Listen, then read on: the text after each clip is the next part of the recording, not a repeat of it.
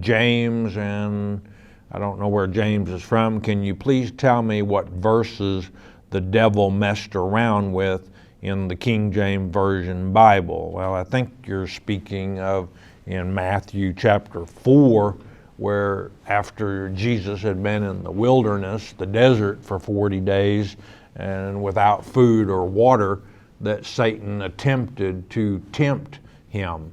And you can read about this in Matthew chapter 4, and verse 6 is a scripture that Satan twisted. You know, Scripture. Satan knows Scripture, and he can quote Scripture with the best of them, but you have to watch out because he'll throw a little twist in there. And he was telling Jesus that God will send his angels to bear you up. In other words, jump off of this cliff here, and God will send the angels to catch you. And then he states, he misquoted Psalm 91:11, which doesn't say at any time.